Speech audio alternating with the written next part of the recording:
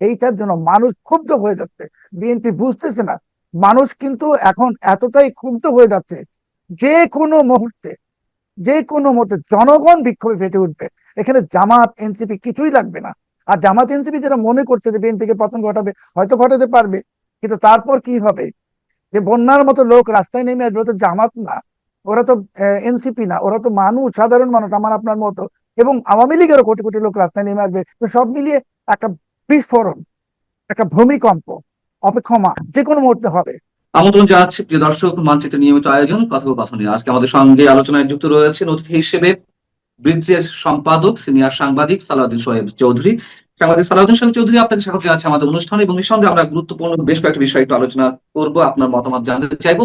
আমি প্রথমেই একটু দৃষ্টি আকর্ষণ করছি আপনার কাছে, সেটা হচ্ছে যে জামাত এবং এনসিপি জুলাই আন্দোলনকে কেন্দ্র করে রাজপথে নেমেছে, তারা কর্মসূচি ঘোষণা করেছে, এবং একটা গুঞ্জন এর মধ্যে কেউ তোলার চেষ্টা করছে বা তোলা হয়েছে যে এই সরকার বেশি দিন থাকতে পারবে না। এই আন্দোলনের সঙ্গে এই গুঞ্জনের কোনো সম্পৃক্ততা আছে কিনা? এবং একই সঙ্গে প্রশ্ন, জামাতের পক্ষ থেকে, জামাতের হয়ে সুশীল সমাজের পক্ষ থেকে অনেকে হুমকি দিচ্ছেন যে আওয়ামী লীগের মতো শক্তিশালী দলকেও, সরকারকেও ক্ষমতায় আমরা থাকতে দেইনি, এই সরকারকেও বেশি দিন ক্ষমতা থাকতে দেওয়া হবে না। আসলে এগুলো কি শুধুই হুঙ্কার হুঁশিয়ারি রাজনৈতিক ভাষা, নাকি এর ভেতরে পেছনে কোনো রহস্য রয়েছে? অনেক অনেক ধন্যবাদ চান্দা ভাই। দেখুন, আওয়ামী লীগ 17 বছর যখন ক্ষমতায় ছিল, আপনি জানেন, আমরা সবাই জানি, জুলাইতে যখন এই কথিত কোটা আন্দোলন শুরু হয়, তখন শুরুর দিকে যে ওই সরকারের যারা নীতি নির্ধারক, ওনারা কিন্তু বোঝেন নাই যে আসল মতলবটা কি। আসল মতলবটা ছিল সরকার পতন ঘটানো, এবং ঘটিয়ে দিয়েছিল। তো ওটা তো একটা অসমাপ্ত পাঠ ছিল, কারণ ওই সময়ে আসলে ওরা -2 -1 ইমপ্লিমেন্ট বাস্তবায়িত করেছে। আরো মাইনাস, আরেকটা ওয়ান তো বাকি আছে, বিএনপি, ওটাকে এখন মাইনাস করা হবে, ওইদিকে এগোচ্ছে। কাজে এই যে রাস্তায় যাচ্ছে, হুমকি দিচ্ছে, এগুলো নেহায়েত হুমকি না। আপনি জানেন, আমরা সবাই জানি, এদের কাছে প্রচুর অস্ত্র আছে, তারা নিজেরাই স্বীকার করেছে। এবং তাদের কাছে বিদেশি অর্থ আছে, অর্থায়ন আছে। পাশাপাশি ইউনূসের মতো একটা দুর্বৃত্ত দানব ঢাকাতেই বসে আছে, তার সঙ্গী সাথীরা বসে আছে। এবং লক্ষ্য করেন যে ইউনূসের লোকজনেরা মিডিয়াতে কথা বলতে শুরু করেছে, এবং যারা বিদেশে ছিল তারাও বাংলাদেশে আসতে শুরু করেছে। তার মানে ওরা একটা লক্ষ্য নিয়ে এগোচ্ছে। এবং বিএনপি যদি এটাকে এখন না বোঝে, তাহলে যে কোনো সময় যে কোনো অঘটন ঘটিয়ে দিবে ওরা।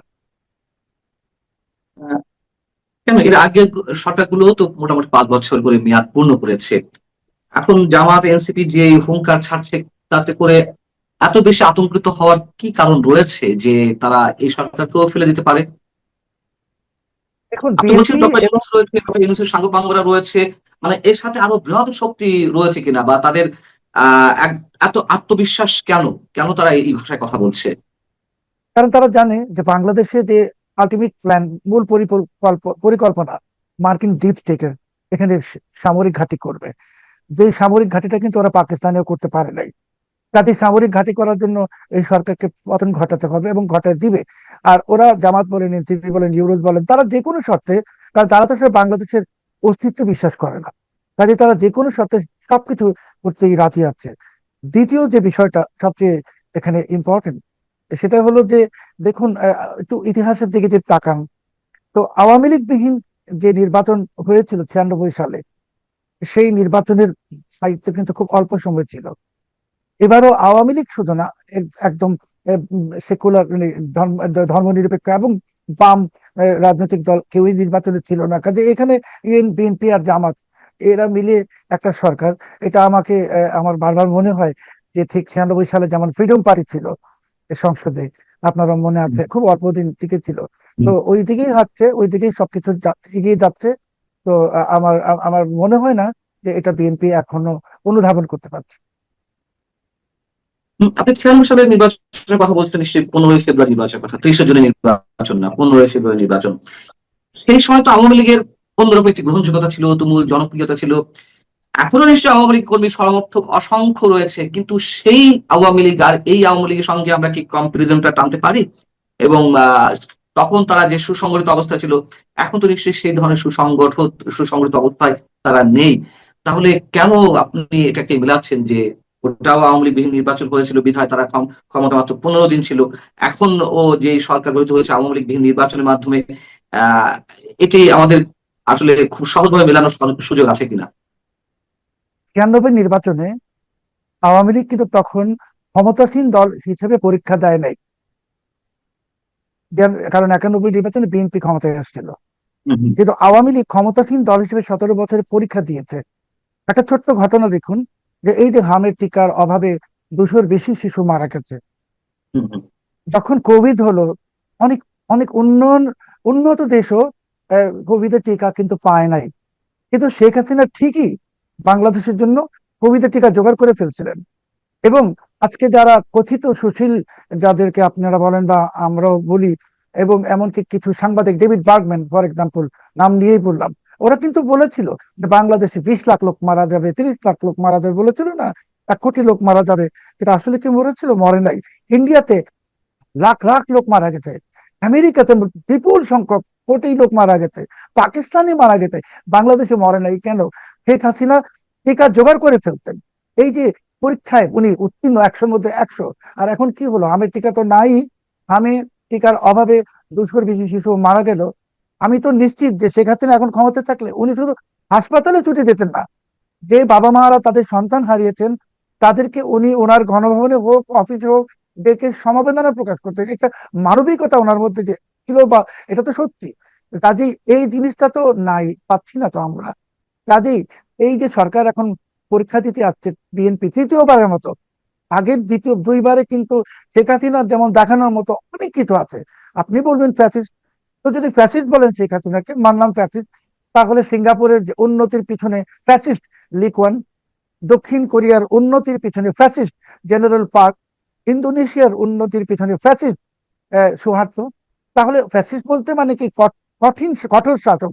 একটা এত বড় দেশ, ছোট্ট একটা দেশ, এত বড় লোক, এটাকে উন্নতি করে দিয়েছে। আপনি শেখ হাসিনাকে গালি দিতে হলে ওনার মেট্রো রেলে চলতে হয়, ওনার এলিভেটেড এক্সপ্রেস পথে চলতে হয়, ওনার পদ্মা সেতুতে চলতে হয়। তো বিএনপির আগের দুইবারে কি কিছু আছে? কোনো আছে? নাই তো। বরঞ্চ ও বিএনপিরই নেতা, একজন সাবেক সংসদ সদস্য, উনি বলছেন যে খাম্বা, হাওয়া ভবন ইত্যাদি, মানে বলছেন যে এখন যে ট্রাক্টর দিচ্ছে এটা ওটার মতনই আর একটা জিনিস হবে। তো কাজেই আপনি তো উদাহরণ দিতে পারতেছেন না। শেখ হাসিনাকে গালি দেন, শেখ হাসিনাতে যত ইচ্ছা সমালোচনা করেন, আরো কিছু বলেন, কিন্তু শেখ হাসিনার মতো অন্তত কাজ করে দেখান। ওনার থেকে বেশি তো পারবেন না আপনারা।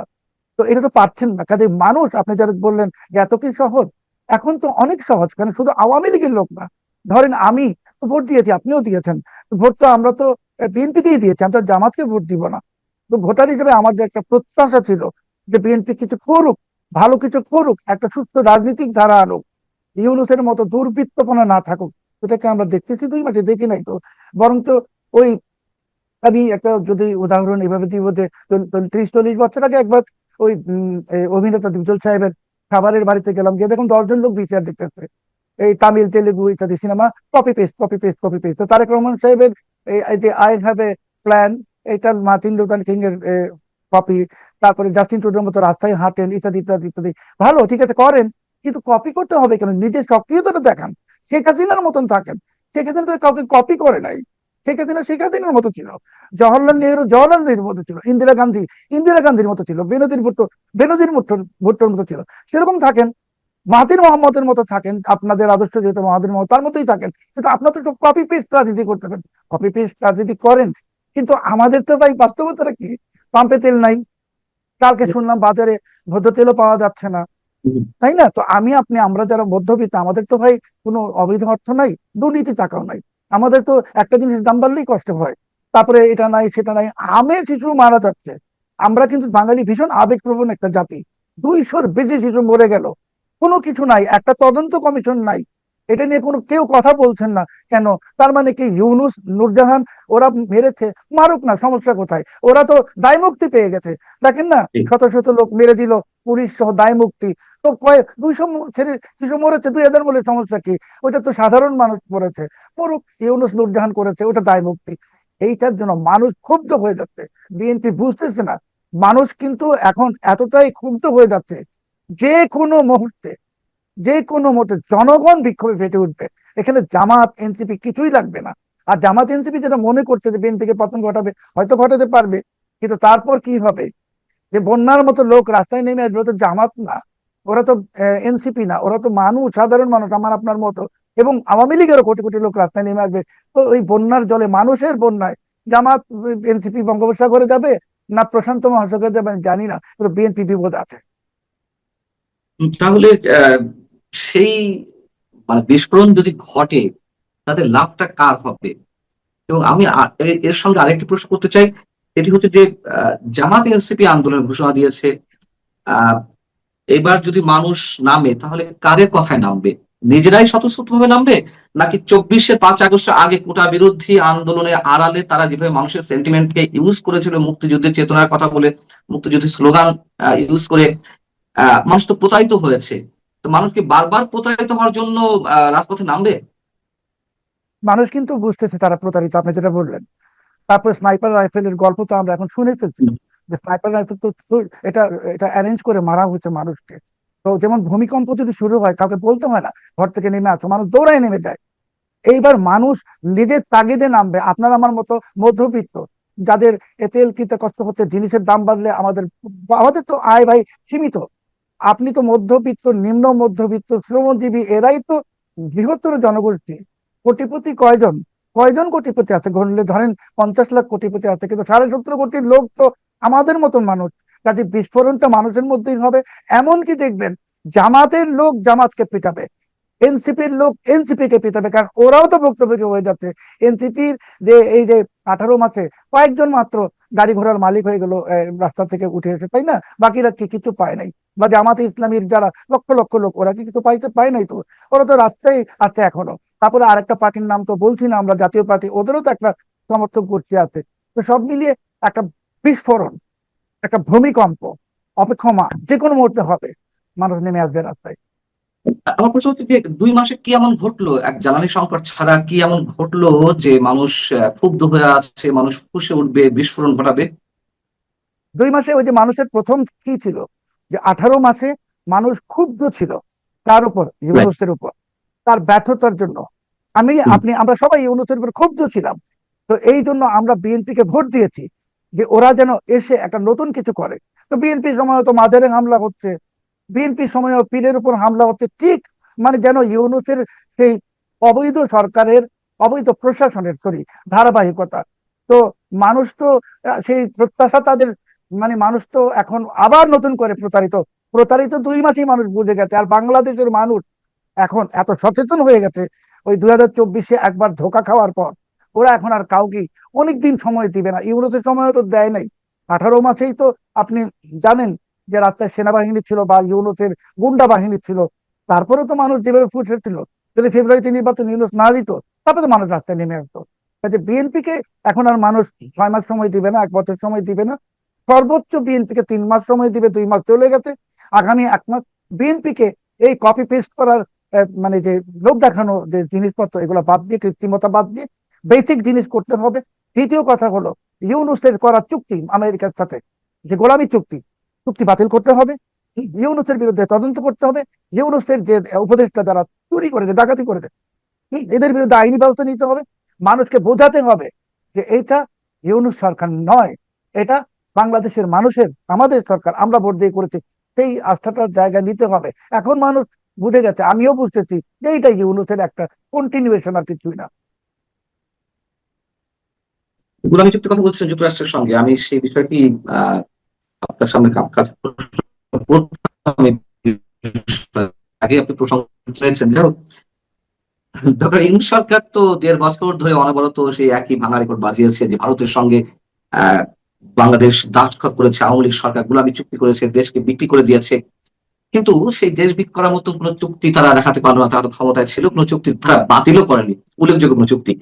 এখন জ্বালানি সংকটকে কেন্দ্র করে আবারও সেই মার্কিন বাণিজ্য চুক্তি বিষয়টি সামনে এসেছে, যেটি যুক্তরাষ্ট্রের সঙ্গে বাংলাদেশের শুল্ক চুক্তি হিসেবে সবাই জানেন। এই চুক্তি নিয়ে আবার নতুন করে কথাবার্তা হচ্ছে এবং অর্থনীতিবিদ থেকে শুরু করে সবাই এখন এই বিষয়ে কনসার্ন। ডক্টর দেবপ্রিয় ভট্টাচার্য বলেছেন যে ইরান যুদ্ধ আমাদের জ্বালানি সংকটের জন্য যতটা না দায়ী, তার চেয়ে বেশি সংকট, মানে সংকট ঘনীভূত হবে এই বাণিজ্য চুক্তিকে কেন্দ্র করে। আপনার মন্তব্য জানতে চাইছি আসলে কোন অবস্থায় কি কারণে এখন আমাদেরকে এতটা ভয়ের মধ্যে পড়তে হচ্ছে? প্রথমত দেখুন, এই বাণিজ্য চুক্তি এটা কিন্তু মার্কিন সুপ্রিম কোর্টে এটাকে স্থগিত করে দেবে, যার কারণে গত মাসেই মালয়েশিয়া এই চুক্তি বাতিল ঘোষণা করেছে। চুক্তি করার পরও বাতিল। পাকিস্তান কিন্তু এই চুক্তি করেছে, সেখানে কিন্তু ক্লজ নাই যে পাকিস্তান রাশিয়া থেকে ইরান থেকে তেল কিনলে আমেরিকার পারমিশন লাগবে, এই ক্লজটা নাই। আমাদেরকে সব ক্লজ চাপা দিতে, 15টা বোয়িং বিমান কিনতে হবে। বিমান এমনিই চলে না, বিমান খোঁড়ায় খোঁড়ায় চলতেছে, একটা লোকসানি প্রতিষ্ঠান আবার 15টা বিমান কিনো, মানে এটা এমনি চলে না। পাকিস্তানের মতন দেশ তাদের পিআইএ, পাকিস্তান ইন্টারন্যাশনাল পিআইএ বিমানের মতো তাদের সরকারি এই বিমান কোম্পানির বিক্রি করে দিচ্ছে প্রাইভেট সেক্টরে। বিমান বিক্রি করে দেন, দিয়ে আমেরিকাকে বলে যে আমাদের তো বিমানই নাই, এয়ারক্রাফট দিয়ে কি করবো, ওটা আমার কেনার দরকার নাই, কৌশল করেন। এই চুক্তি থেকে বের হয়ে আসেন। আর যেটা বললেন যে এই বিএনপি জামাত ইউনূস বলেছে আওয়ামী লীগ গোলামি চুক্তি করেছে, তারপরে ওই আসিফ নজরুল বলেছিল 26 লাখ ভারতীয় বাংলাদেশে কাজ করছে বলেছে না, তো 26 লাখ লোক তো 2600ও দেখলাম না। আর গোলামি চুক্তি গোলামি চুক্তি এগুলো তো আপনি ওই 72 সাল থেকে শুনতেছেন, তাই না? সবাই বলে যে অমুকের গোলামি চুক্তি, তমুকের গোলামি চুক্তি, মুজিবের গোলামি চুক্তি, শুনছেন তো? হাসিনার গোলামি চুক্তি। কিন্তু আমরা তো দেখতেছি আমরা গোলাম হয়েছি ইউনুসের চুক্তির মাধ্যমে। এবং আমরা একদম ওই যে আফ্রিকার জঙ্গল থেকে যেরকম আমেরিকানরা লোক ধরে নিয়ে দাস বানাতো, কিন্তু দাস বানাতো, আমরা কেনা দাসও না, আমরা একদম ডাইরেক্ট গোলাম হয়ে গেছি। এবং এই গোলামির চুক্তিতে যারা এখন সম্মতি দিবে নীরব ভাবে অথবা অ্যাক্টিভলি, সেটা বিএনপি দিচ্ছে, ইউনূসকে আশ্রয় প্রশ্রয় দিচ্ছে।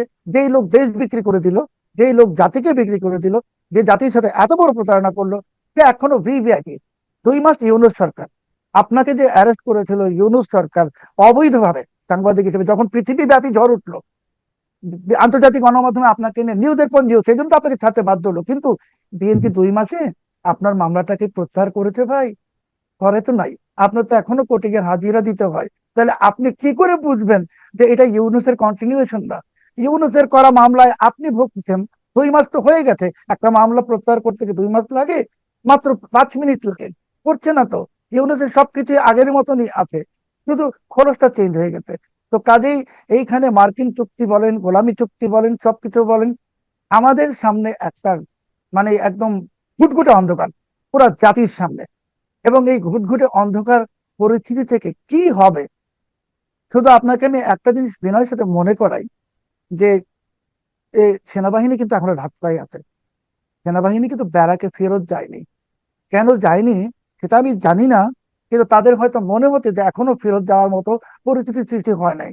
আর মনে তারা করছে এই জন্য যে পীরকে পিটিয়ে মারে, মব ভায়োলেন্স সবই তো হচ্ছে, চাঁদাবাজি, দখলবাজি সবই হচ্ছে।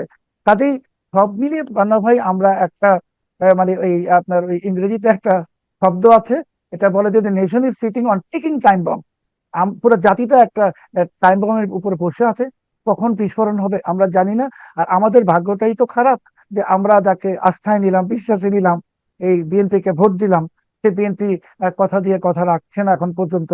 আর বাকি আপনারা যারা সুধী সমাজ, যারা ইউনূসকে মনে করেছিলেন অনেক ভালো মানুষ, সেই ইউনূস তো এখন জাতিকে পুরা পিছনে ছুরি মেরে দিয়েছে। তো কাজে আমরা বারবার প্রতারিতই হচ্ছি, ওই সুনীল গঙ্গোপাধ্যায়ের ভাষায়, যে কত বছর চলে গেল কেউ কথা রাখেনি, আমাদের কথা কেউ মনে রাখে না। আমার শেষ প্রশ্ন একটু জানতে চাই আপনার কাছে, সেটা হচ্ছে যে ডক্টর ইউনূস সব করে গেলেন এবং জ্বালানি সংকট কেন্দ্র করে আবার সেই চুক্তির বিষয়টি সামনে আসছে সবার মুখোমুখি, এখন সেই শুল্ক চুক্তির কথা। এবং আমরা তেল আমদানি করতে গেলে রাশিয়ার তেল আমদানি করতে গেলে যুক্তরাষ্ট্রের নিষেধাজ্ঞা রয়েছে রাশিয়া তেলের উপরে, এই কারণে আমরা কিনতে পারছি, এটা কিন্তু শুল্ক চুক্তির কারণে নয়। তবে শুল্ক চুক্তিতে আপনি যেমনটি বললেন যে বোয়িং বিমান কেনার কথা, কিংবা 15 বছরে $1500 কোটি জ্বালানি আমদানির কথা, কিংবা 15 বছরে $350 কোটি কৃষি সামগ্রী আনার যেসব কথাবার্তা রয়েছে, ইত্যাদি ইত্যাদি অনেক কিছু রয়েছে। সেই জায়গা থেকেই আপনারা নিঃসন্দেহে গুলামি শব্দটা ইউজ করছেন। কিন্তু আমার প্রশ্ন হচ্ছে যে ডক্টর ইউনূস না এই মার্কিন এজেন্ট হয়ে এসেছিল, পশ্চিমাদের প্রতিনিধি হয়ে সে যা ইচ্ছা করে যাচ্ছিল? বিএনপি কেন সেই চুক্তি আহ আহ, ধরে রাখলো, বা কেন বিএনপির পক্ষ থেকে বা পররাষ্ট্র প্রতিমন্ত্রী কিংবা পররাষ্ট্রমন্ত্রী ডক্টর খলিল তারা ওপেন বলছেন যে আমরা এই চুক্তি বাস্তবায়নের কাজ অব্যাহত রাখবো? কেন তারা এটা করছে, বিএনপি কেন করছে? বিএনপির বর্তমান পররাষ্ট্রমন্ত্রী ডক্টর খলিলুর রহমান উনি কিন্তু বলে দিয়েছেন প্রকাশ্যে যে এই চুক্তি ইউনূস কিন্তু একা করেনি। এই চুক্তির পিছনে বিএনপি এবং জামাতের সম্মতি মতামত নিয়েই চুক্তি করেছে। তার মানে এই চুক্তিটা ইউনূসের চুক্তি না, এই চুক্তি বিএনপি এবং জামাতেরও চুক্তি। আর বিএনপি জামাতের চুক্তি ছিল বলেই বিএনপি কে অনেক ছাড় তো দিচ্ছে এখন পর্যন্ত পশ্চিমা বিশ্ব। কিন্তু সব থেকে বড় কথা হলো যে আপনি তো বিশ্ব ব্যাংকে টাকা পাচ্ছেন না, আইএমএফ টাকা দিবে না, দিচ্ছে না, এশিয়া উন্নয়ন ব্যাংক দিচ্ছে না, চীনে গেছিল টাকা আনতে, সেটাও দিবে না, কেউ টাকা দিবে না। এখন আমেরিকার সঙ্গে আপনি যে চুক্তিটা করেছিলেন, এই কারণে আপনাদের আসলে একটা উদ্দেশ্য ছিল, আমি আপনাদের বলতে আপনাকে মিল করছিলাম, বিএনপি, এনসিপি, জামাত, হুম। এদের ইউনূস, তাদের একটা উদ্দেশ্য ছিল যে আমরা এমন একটা চুক্তি করে হলো ক্ষমতায় থাকি, সেই চুক্তির ফলে আওয়ামী লীগ কোনোদিন বাংলাদেশের রাজনীতি আসবে না, আওয়ামী লীগ সেকুলার পলিটিক্যাল পার্টিরাও আসবে না, আমরা একা বসে বাংলাদেশে অন্তত পক্ষে 50 বছর, 1 বছর, 100 বছর ক্ষমতায় থাকবো। এই জন্য তারা এই চুক্তি সম্মতি দিয়েছিল, এবং এই কারণেই তারা এখন চুক্তির বিরোধিতা করতে পারছে না, কারণ ওরা তো দাসখত দিয়ে ক্ষমতায় আসছে। তো দাসখত দিয়ে যে ক্ষমতায় আছে, সে তো ওই চুক্তি থেকে বের হতে পারবে না। এই চুক্তি থেকে একমাত্র বাংলাদেশের মানুষ বের হতে পারবে। 18 কোটি মানুষ যখন রাস্তায় চলে আসবে, তখন এই সমস্ত চুক্তি চুক্তি কোথায় চলে যাবে খুঁজেও পাবেন না। এবং আপনি তখন দেখবেন মার্কিনী বলেন, ব্রিটিশ বলেন, যা কিছুই বলেন, চোখ রাঙানি। বাঙালি কিন্তু চোখ রাঙানিকে ভয় পায় না। বাঙালি কিন্তু মরছে, 71 সালে মরে দেখাইছে, 30 লাখ লোক মরে দেখাচ্ছে, প্রয়োজনে আরো 3 কোটি লোক মরে যাবে, কোনো সমস্যা নাই। বাঙালিকে আলেকজান্ডার দি গ্রেট, সেও কিন্তু এই বঙ্গে আসে নাই ভয়। আপনি তো জানেন মোগলরা পর্যন্ত কিন্তু এই বাংলাদেশে কিন্তু মোগলরাও আসে নাই, ওই দিল্লিতে এসে থেমে গেছে, এখানে আসে নাই। তো বাঙালি হলো অপরাজেয় জাতি, বাঙালির সাথে কেউ পারে নাই কখনো 30 লাখ প্রাণ দিয়ে। এবং সেই দিন আসবে শিগগিরই, এটা যদি বিএনপি উপলব্ধি করে, যেহেতু আমরা বিএনপিকে ভোট দিচ্ছি বা আমি তো দিচ্ছি, তাহলে খুবই ভালো। তারেক রহমান সাহেব যদি উপলব্ধি করেন, খুবই ভালো। তাহলে উনি যদি বুঝে যান, তাহলে ওনার প্রতি বিনীত অনুরোধ, এই সমস্ত নাটক টাটক বাদ দেন, এই কপি পেস্ট এগুলা দেখানো বাদ দেন। আপনি মানুষের মনের ভাষাটা বোঝেন, দেয়ালের ভাষা শুনেন, দেয়াল কি বলে শুনেন, এবং মানুষ কি চায় সেটা করেন। তারপরে আপনি দেশের স্বার্থে, দেশের জনগণের স্বার্থে, আমাদের অস্তিত্বের সার্বভৌমত্বের স্বার্থে ইউনূসের বিরুদ্ধে অ্যাকশন নিন, এবং অ্যাকশনটা এখনই নিন। তা না হলে আপনি সে আখেরে আপনি পস্তাবেন। বাঙালি জাতির কোনো সমস্যা হয়তো, আমরা খুব কষ্টে আছি, কিন্তু এটা দীর্ঘস্থায়ী হবে না। আমরা ঠিকই মুক্তি লাভ করবো, বললাম 3 লাখ 30 লাখ প্রাণ দিয়েছি, 3 কোটিও দিতে পারবো, আমরা কিন্তু মরতে জানি। অনেক অনেক ধন্যবাদ সালাউদ্দিন সোহেব চৌধুরী আপনাকে আমাদেরকে সময় দেওয়ার জন্য। দর্শক আপনারা যারা শুনছিলেন আপনারা ভালো থাকবেন। আল্লাহ হাফিজ।